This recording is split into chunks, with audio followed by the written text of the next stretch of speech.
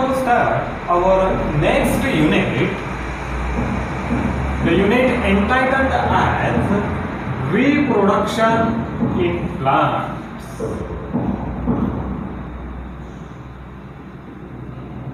त्यानंतर आपल्याला जे आहे आपल्याला एक नवीन युनिट स्टार्ट करायचं आहे. नवीन युनिट रिप्रोडक्शन इन प्लांट्स. आता याआधी आपण जे युनिट पाहिलं होतं मॉलिक्युलर बेसिस ऑफ इनहेरिटन्स, या मॉलिक्युलर बेसिस ऑफ इनहेरिटन्स मध्ये आपण काही कन्सेप्ट पाहिले होते, त्यामध्ये ट्रान्सक्रिप्शन पर्यंत झालेला आहे. बाकीचा पोर्शन आपण यानंतर continue. Okay, now the next and one of the most important unit, बोर्डच्या हिशोबाने असेल, नीट साठी असेल किंवा सीईटी साठी असेल, हे युनिट आहे आपलं रिप्रोडक्शन इन प्लांट. ठीक आहे. आणि या केस मध्ये हे जे रिप्रोडक्शनचे कन्सेप्ट आपल्याला स्टडी करायचे आहे. द कन्सेप्ट ऑफ रिप्रोडक्शन हे आपल्याला दोन वेगवेगळ्या लेवलला स्टडी करणार आपण यामध्ये. त्यापैकी पहिला जो कन्सेप्ट आहे reproduction in case of lower plants आणि second reproduction in case of higher plants. हे दोन्हीही आपल्याला स्टडी करायचं आहे. लोअर प्लांट मध्ये रिप्रोडक्शन कोण्या पद्धतीने होत आहे आणि त्याच वेळेस हायर प्लांट मध्ये सुद्धा रिप्रोडक्शन हे कोण्या पद्धतीने होत आहे हे आपण इथे पाहणार आहोत. ठीक आहे. Now as we discussed earlier, जसं आपण याही आधी म्हटलेलं आहे, द कॅरेक्टर ऑफ रिप्रोडक्शन, सर्वात पहिली जी मोस्ट इम्पॉर्टंट टर्म इथे आपल्याकडे येणार आहे ती टर्म इथे आपली द कॅरेक्टर ऑफ रिप्रोडक्शन. ठीक आहे. आता हे रिप्रोडक्शन काय डिफाइन केलेलं आहे आपण, how we define this term, the term reproduction, it is the formation or production of new organism. काय म्हणतो आपण, production of new organisms.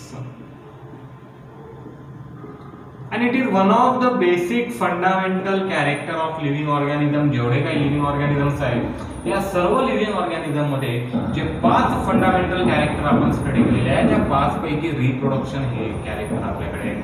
Now हे जे प्रोडक्शन ऑफ न्यू ऑर्गॅनिझम आपण इथे टर्म करत आहे, this production of new organism is from a generation of parental organism, that is from the parents we get the new organism. आणि या नवीन ऑर्गॅनिझमला म्हटलं जाईल इथे जनरेशन ऑफ प्रोजेनी. म्हणजे इथे दोन वेगवेगळ्या टाइपचे ऑर्गॅनिझम आहेत. पहिले the first type of organism, त्याला म्हटलेलं आहे पॅरेंट, आणि या पॅरेंट्स पासून तयार होणारे ऑर्गॅनिझम इन जनरल हे सर्व आपल्याकडे आहेत न्यू ऑर्गॅनिझम्स. काय असणार हे सर्व आपले नवीन ऑर्गॅनिझम्स आहेत. आणि हे जे जनरेशन ऑफ पॅरेंट्स मध्ये आहे, generation of parent, here we have pre existing organism. काय असणार इथे, प्री एक्झिस्टिंग, जे आधीपासून एक्झिस्ट करतात. सो द रिप्रोडक्शन जे आपण टर्म करत आहे, reproduction, production of new organisms, कोणामधून, from the pre existing organism, जे काही आधीपासून प्रेझेंट असणारे ऑर्गॅनिझम्स आहेत, from the pre existing organism at a specific stage of their life. कधी होणार ही प्रोसेस, यांची जी काही लाईफ सायकल असणार, एक एंटायर लाईफ सायकल, या लाईफ सायकल मध्ये एक इव्हेंट येणार, ज्या इव्हेंटला हे ऑर्गॅनिझम त्यांच्यासारखेच नवीन ऑर्गॅनिझम तयार करणार, याला म्हणतो आपण प्रोडक्शन. आणि याचे काही कॅरेक्टर आहेत, दॅट धिस प्रोजेनी, इथे ही जी काही तयार होणारी प्रोजेनी आहे, धिस प्रोजेनी शोज सिमिलॅरिटी. काय असणार यामध्ये, सिमिलॅरिटीज असणार. सिमिलॅरिटीज कोणासोबत असणार, सिमिलॅरिटीज विथ द पॅरेंट्स. कोणासोबत असेल हे सिमिलॅरिटी, पॅरेंट्स सोबत सिमिलॅरिटी असणार. आणि सिमिलॅरिटी हे मल्टिपल टर्म मध्ये आहे, एकाच टर्म मध्ये नाही. सिमिलॅरिटी काय असणार यांच्यामध्ये, जनरेशन ऑफ प्रोजेनी, या प्रोजेनी मध्ये जेवढे इंडिव्हिज्युअल्स आहेत, जेवढे काही नवीन ऑर्गॅनिझम्स इथे आहेत, आणि हे जे पॅरेंट्स आहेत यांच्यामध्ये असणारी सिमिलॅरिटी कोण आहे, वी हॅव मॉर्फोलॉजिकल सिमिलॅरिटी. पहिल्या टाईपची सिमिलॅरिटी काय असणार? Morphological. Second type of similarity physiological. जर आपण इम्पॉर्टंट कन्सिडर केलं तर second type of similarity is in terms of their physiology. आणि तिसऱ्या टाइपची जी सिमिलॅरिटी आहे it is in terms of their genetical character. तिसऱ्या टाइपची सिमिलॅरिटी कशामध्ये असेल? यांच्या जेनेटिकल कॅरेक्टर मध्ये असेल. Okay, so morphological and physiological यामध्ये आपल्याला आयडेंटिकल दिसून येते.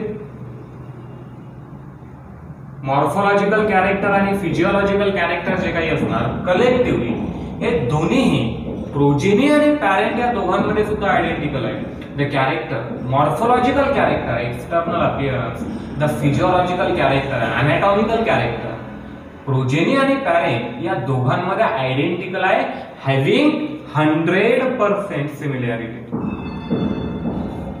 यांच्यामध्ये 100% सिमिलॅरिटी. बट जिचे जेनेटिकल कॅरेक्टर आपण म्हणतो, जेनेटिकल कॅरेक्टर मध्ये 100% सिमिलॅरिटी नाही. ठीक आहे. इन केस ऑफ जेनेटिकल इथे 100% सिमिलॅरिटी प्रेझेंट नाही.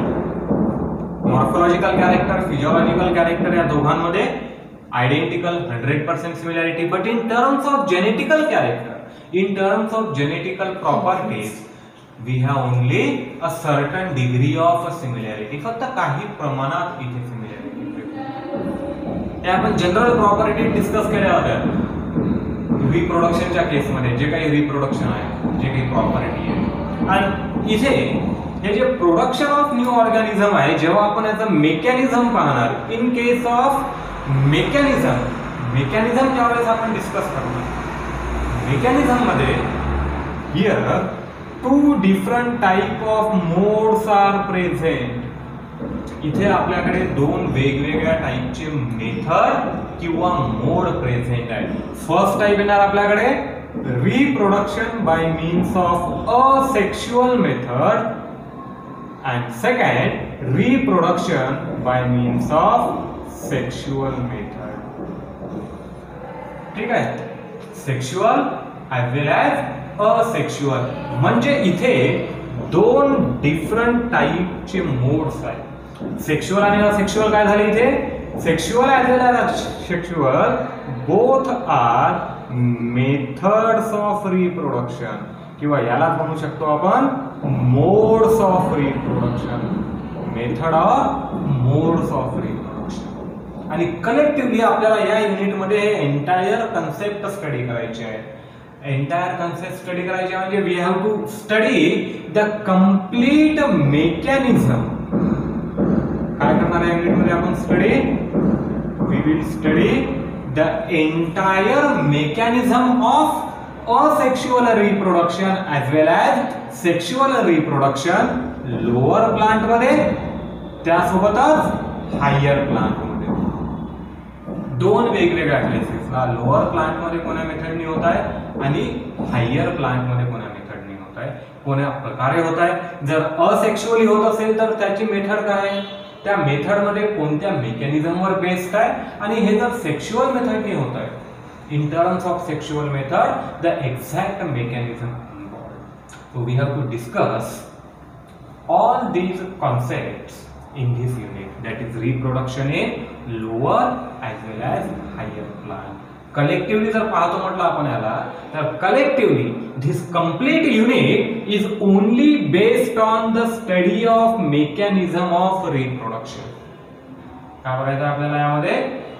फक्त mechanism of reproduction, mechanism of asexual reproduction as well as mechanism of sexual reproduction दोन्ही स्टडी करणार आपण.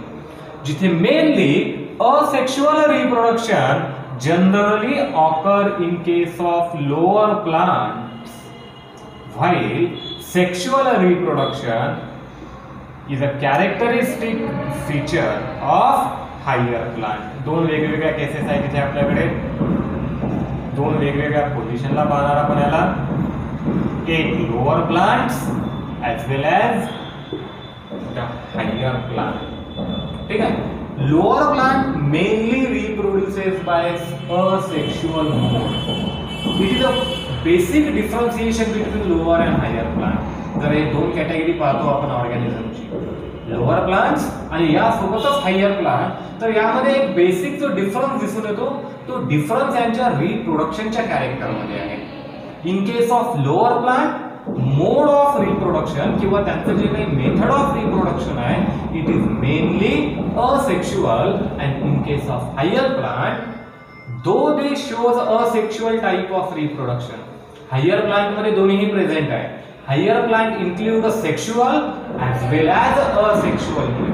पण इथे हे जे दोन आपण वेगवेगळे डिफाइन करत आहे it is based on their primary mode of reproduction. कसं आहे यांचं प्रायमरी मोड ऑफ रिप्रोडक्शन आहे. हे प्रायमरली कोण्या पद्धतीने रिप्रोड्यूस करत आहे. Asexual in case of lower plant primary mode of reproduction is asexual, and in case of higher plant primary mode of reproduction is mainly the sexual method. ठीक आहे. तर हे काही बेसिक इंट्रोडक्शन जे आपल्याला या युनिट मध्ये स्टडी करायचं आहे. ओके. तर मग फर्स्ट ऑफ ऑल आपल्याला स्टडी काय करायचं इथे असेक्शुअल रिप्रोडक्शन. कारण आधी आपण लोअर ऑर्गॅनिझम मध्ये स्टडी करणार, लोअर प्लांट मध्ये स्टडी करणार and then we will move on to the higher plant one by one. ठीक आहे.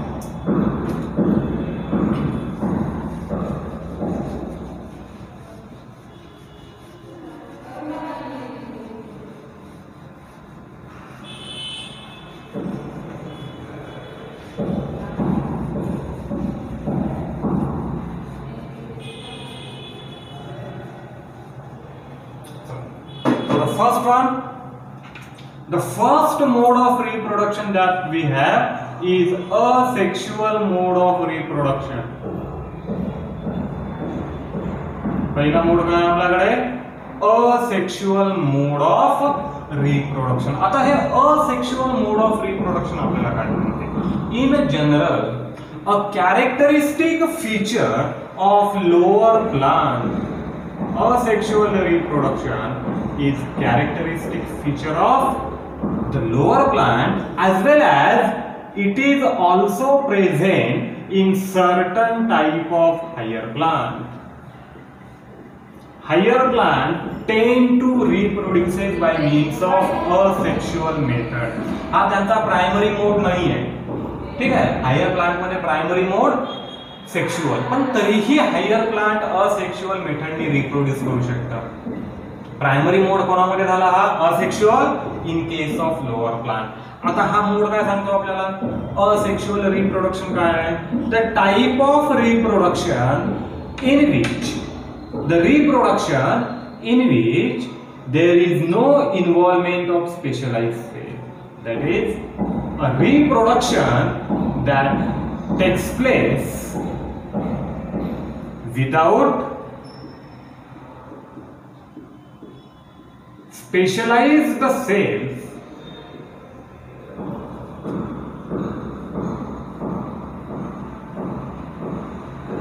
ज्यांच्या केसमध्ये काही particular specialized cells, the cells which are called as gametes. हे रिप्रोडक्शनचा आपण एक जनरल कॅरेक्टर पाहतो. काय म्हटलं जाते या सेल्सला गॅमेट्स म्हटलं जाते. So the type of reproduction which takes place without the help of और विदाउट द इन्व्हॉल्वमेंट ऑफ, काय नाही आहे यामध्ये involvement of these type of specialized cells which are called as the gamete is called as asexual reproduction. काय म्हणतात याला asexual reproduction. ठीक आहे. Second important character asexual reproduction in which only one type of parent is involved. काय यामध्ये फक्त एकच parent involve आहे, फक्त एकच सिंगल पॅरेंट प्रेझेंट आहे. जर आपण सेक्शुअल रिप्रोडक्शन म्हणत आहे, in case of sexual reproduction it include two different type of parent, male parent as well as a female parent, but in case of asexual reproduction there is presence of only one type of parent. So a single parent produces a new progeny. जी काही progeny तयार होणार, the entire progeny is produced by a single parent. फक्त एकाच parent मधून इथे entire नवीन progeny तयार होत आहे. ठीक आहे. So this new progeny which is produced from this single parent, या एका पॅरेंट पासून तयार झालेल्या प्रोजेनीला इथे काय म्हटलं जाते, this new progeny is called as clone. A single new progeny. काय म्हटलं जाईल या प्रोजेनीला, it is referred as a clone. Clone of this particular parent. ह्या पॅरेंटचा काय राहील, हा क्लोन राहील. ओके. हे असेक्शुअल रिप्रोडक्शनचा एक महत्वाचा कॅरेक्टर आहे, एक महत्वाची टर्म आहे. Clone having genetical identity.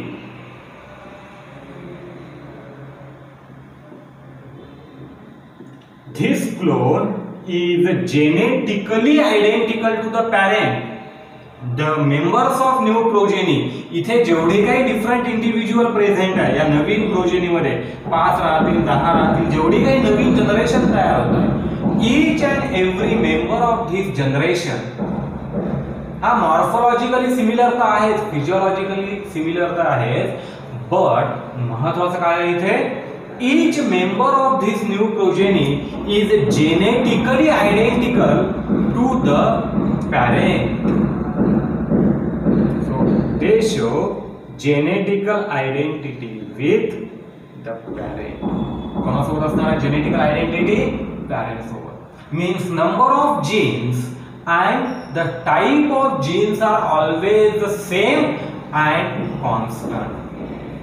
जेवढे काही नंबर ऑफ जीन्स आहे and the type of genes dominant आहे, रेसेसिव्ह आहे, इंटरमिजिएट आहे, जे काही आहे, in all of these member among the progeny and with the parent, हे सर्व टोटली सिमिलर राहील, टोटली आयडेंटिकल राहील. ठीक आहे. हे एक इम्पॉर्टंट कॅरेक्टर आहे इथे. कोणतं? The members of new progeny which are produced from a single parent by asexual method. Asexual मेथडनी एका सिंगल पॅरेंट पासून तयार होणारी जी काही प्रोजेनी आहे, ठीक आहे, all the members of progeny, या प्रोजेनी मधले सर्व मेंबर एकमेकांसोबत, that is among the progeny.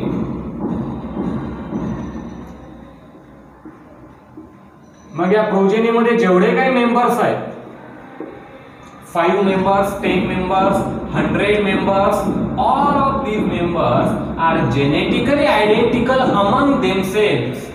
हे त्यांच्या सोबतही जेनेटिकल आयडेंटिकल आहे. at the same time they are genetically identical to their parents. so it is one of the most important character. फक्त genetical identity जी आहे, 100% similarity not only with parent but also it is present among the members of progeny. जे काही members of progeny आहे त्यांच्यामध्ये सुद्धा present आहे. हे इथे महत्त्वाचं कॅरेक्टर आहे. and that's why all the members present in new progeny, या नवीन प्रोजेनी मध्ये जेवढे काही मेंबर्स प्रेझेंट असतील, collectively these are called as clones of each other. काय म्हणतात यांना? क्लोन म्हटलं जाईल. the clone of parent. कोणाचे क्लोन आहे ते? पॅरेंट्सचे क्लोन आहे. लक्षात. तर हे या पद्धतीने आपल्याला इथे असेक्शुअल रिप्रोडक्शनचा एक महत्त्वाचा कॅरेक्टर दिसून येते. and as here we have only one parent present, that is without the gamete. normally gamete formation sexual रिप्रोडक्शनचा कॅरेक्टर आहे, जिथे दोन वेगवेगळ्या टाइपचे गॅमेट्स तयार होणार. पहिले male gamete, second female gamete. Male gametes तयार होणार, फिमेल गॅमेट्स तयार होणार, त्यांचं फ्युजन होणार. जर गॅमेट्सच नाही आहे तर याच्यामध्ये फ्युजनही होणार नाही. Takes place without the presence of specialised cells and their fusion इथे गॅमेट्स नाही आहेत.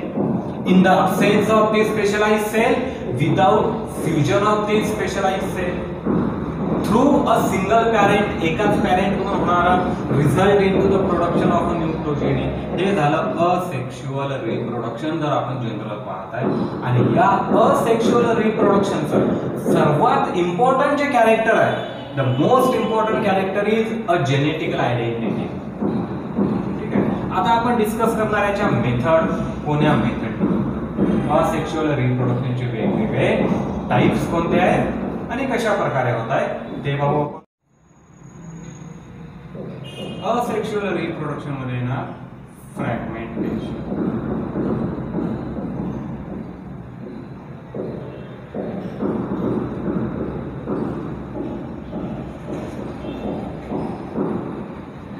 the first type of asexual reproduction is termed as a fragmentation. आता हे फ्रॅगमेंटेशन कुठे दिसून येईल आपल्याला? फ्रॅगमेंटेशन मेनली आपल्याला लोअर प्लांटच्या केसमध्ये दिसून येईल, mostly in case of algae.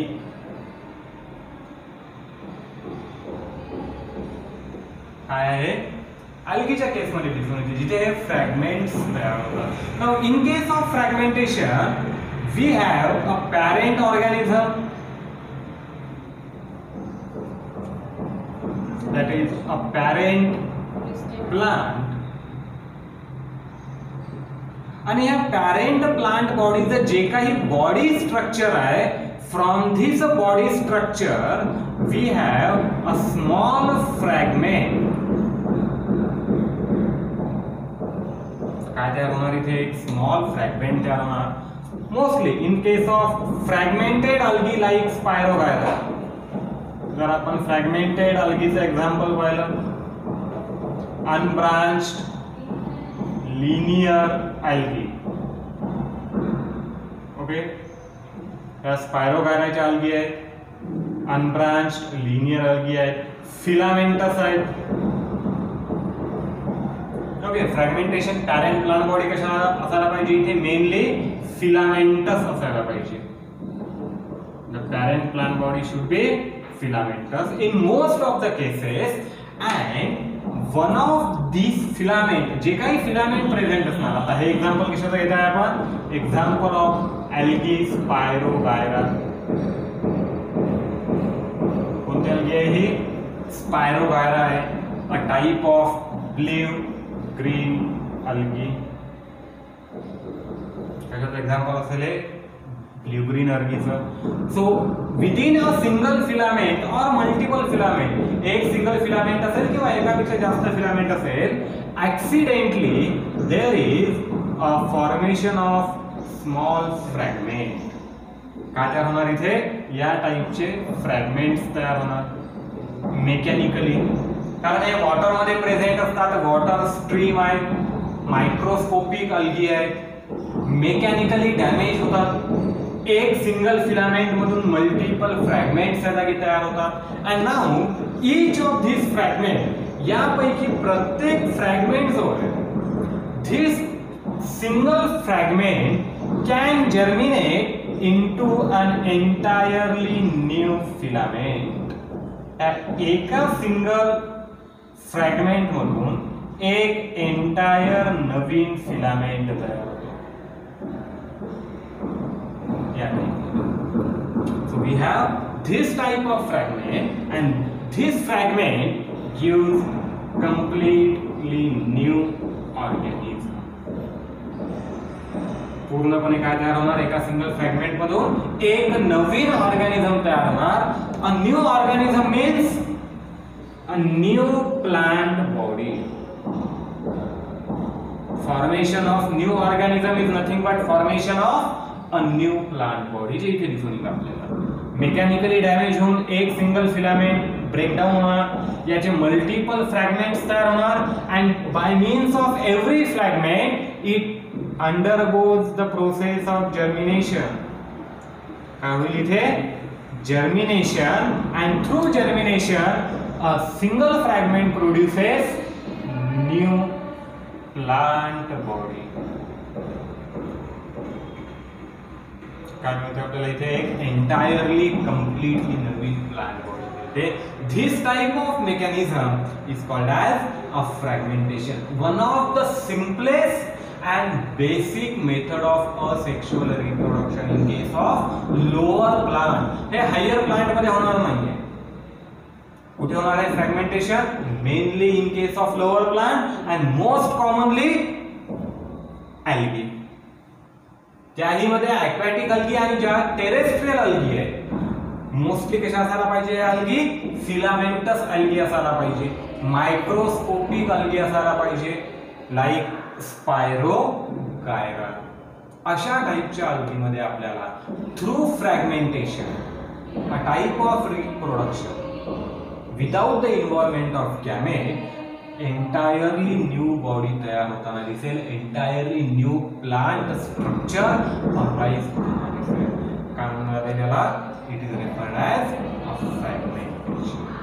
Okay, now next type आपण पाहणार.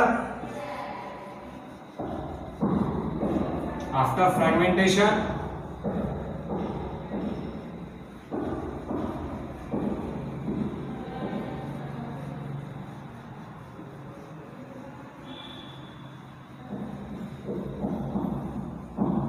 now we will discuss the second type. It is called as budding.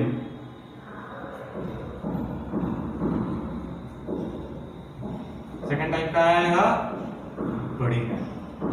Now this budding mostly in case of fungi. आता हे plant मध्ये आपण कन्सिडर करत नाही, पण generally botany ज्यावेळेस आपण स्टडी करतो तेव्हा फंजाय सुद्धा प्लांटच्या अंडरमध्ये स्टडी केल्या जाते. Okay, so budding it occur by means of formation of and small outgrowth. जे काही पॅरेंट प्लांट बॉडी आहे, पॅरेंट प्लांट बॉडीचा स्ट्रक्चर आहे, on this parent plant body we have a small outgrowth. काय तयार होणार इथे? एक स्मॉल अँड मायन्यूट आउटग्रोथ तयार होतात. जसं आपण फंजायचं एक्झाम्पल घेत आहे, we have example of a unicellular fungi. एक युनिसेल्युलर फंजाय ज्याला म्हटलं जाते ईस्ट.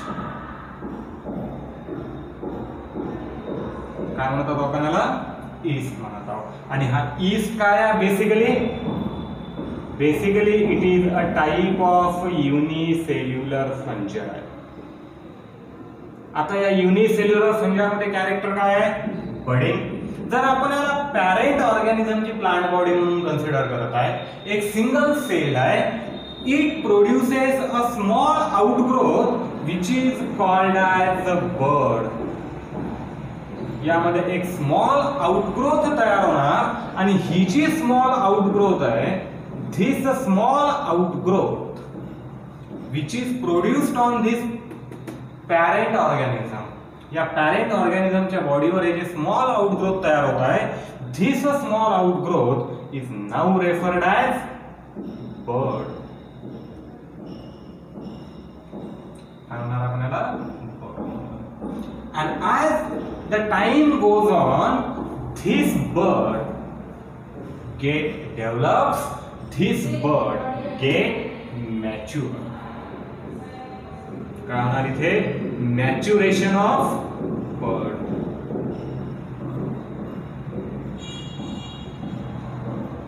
काय पाहायला मिळेल आपल्याला? मॅच्युरेशन ऑफ बर्ड पाहायला मिळेल.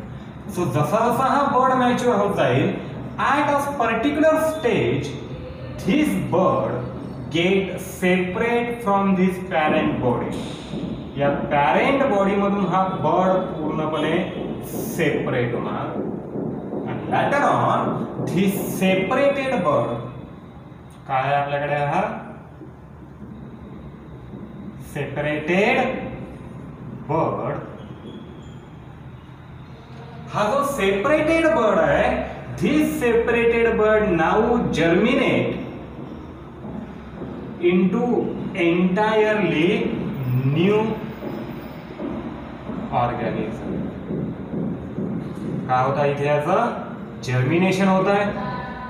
ठीक आहे. सर्वात आधी parent, like we have taken the example of this yeast cell, जे बर्ड आहे इथे तयार झालेला. सर्वात आधी बर्डचं maturation, after maturation separation of bud, and after separation we have the germination of this bud. Separate झाल्यानंतर हा बर्ड काय होणार, it undergoes germination, and as the germination occurs, a bird develops into entire new organism. bird कशामध्ये develop होता, इथे entire new organism मध्ये develop होता. या प्रोसेसला काय म्हणतात, प्रोसेस ऑफ बर्डिंग म्हटलं जातं. हे लोअर ऑर्गॅनिझम मध्ये, लोअर प्लांट मध्ये होणारा एका टाईपचं रिप्रोडक्शन आहे. अशाच टाईपचं रिप्रोडक्शन आपल्याला अॅनिमल मध्ये सुद्धा दिसून येते. हायड्रा नावाचा एक लोअर अॅनिमल आहे. या हायड्राच्या केसमध्ये सुद्धा आपल्याला बर्डिंगनी होणारं reproduction by means of formation of this type of bird, हे आपल्याला क्वाइट क्लिअरली आणि इंटरेस्टिंगली दिसतं. सो पहिला टाईप पाहिला आपण फ्रॅगमेंटेशन, सेकंड टाईप पाहिला आपण बर्डिंग. ठीक आहे. Now the third type,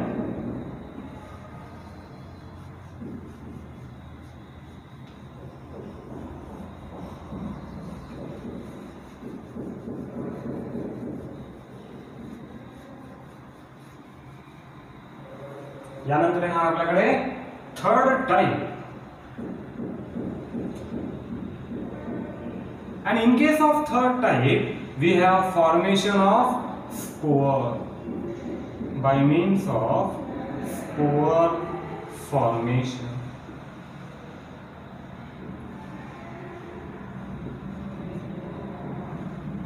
the third type of reproduction. आता काही प्लांट असे आहेत, आता हे आपण एकदम लोवेस्ट मधून जेव्हा थोडा हायर लेवलला जाणार, mostly in case of gymnosperm,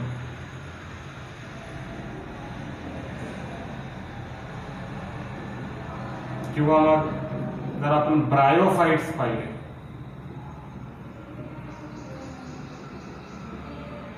bryophytes आहेत आणि यासोबतच काही टाईपच्या अल्गी सुद्धा प्रेझेंट आहेत. Bryophyte as well as algae, या दोन्ही केसमध्ये आपल्याला दिसून येते reproduction by means of spore formation. आता इथे तयार होतात specialised cell. Okay, the parent plant body, हा जो आपल्याकडे प्रेझेंट असलेला पॅरेंट प्लांट आहे, this parent plant produces specialised cells. काय तयार करणार, हा स्पेशलाइज्ड सेल्स तयार करणार. पण हे जे स्पेशलाइज्ड सेल्स तयार होतील, these cells are other than gametes. हे सेल गॅमेट्स नाही, these are not called as gamete. याला आपण गॅमेट म्हणणार नाही, या सेल्सला काय म्हणणार आपण, these are called as spore. आणि हे जे स्पेशलाइज्ड सेल्स आहेत, these specialized cells are now called as zoospores. काय म्हणणार आपण या specialised सेल्सला, झूस्पोर. and formation of these zoospore, आता हे जे झूस्पोर यामध्ये तयार होत आहेत, these zoospore are produced by means of mitosis. कारण मियोसिस जे आहे, meiosis takes place in reproductive type of division. जिथे रिप्रोडक्टिव्ह डिव्हिजन आहे तिथे गॅमेट्स तयार होतात. But here we have only production of zoospore through mitosis. ठीक आहे. These are the type of cell, specialized आहे, पण कसे, अदर दॅन गॅमेट्स. याला आपण मेल गॅमेट म्हणू शकत नाही, याला आपण फिमेल गॅमेट सुद्धा म्हणू शकत नाही. आधीच्या दोन केस मध्ये एंटायर प्लांट बॉडी इन्व्हॉल्ड आहे, फ्रॅगमेंटेशन असेल किंवा बडिंग असेल. इथे स्पोर फॉर्मेशन मध्ये इन्व्हॉल्व असतात फक्त हे झूस्पोर.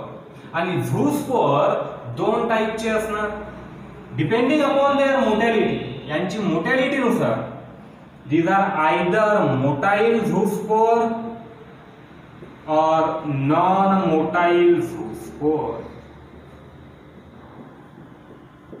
कशा असतील, मोटाईल किंवा नॉन मोटाईल झूस्पोर.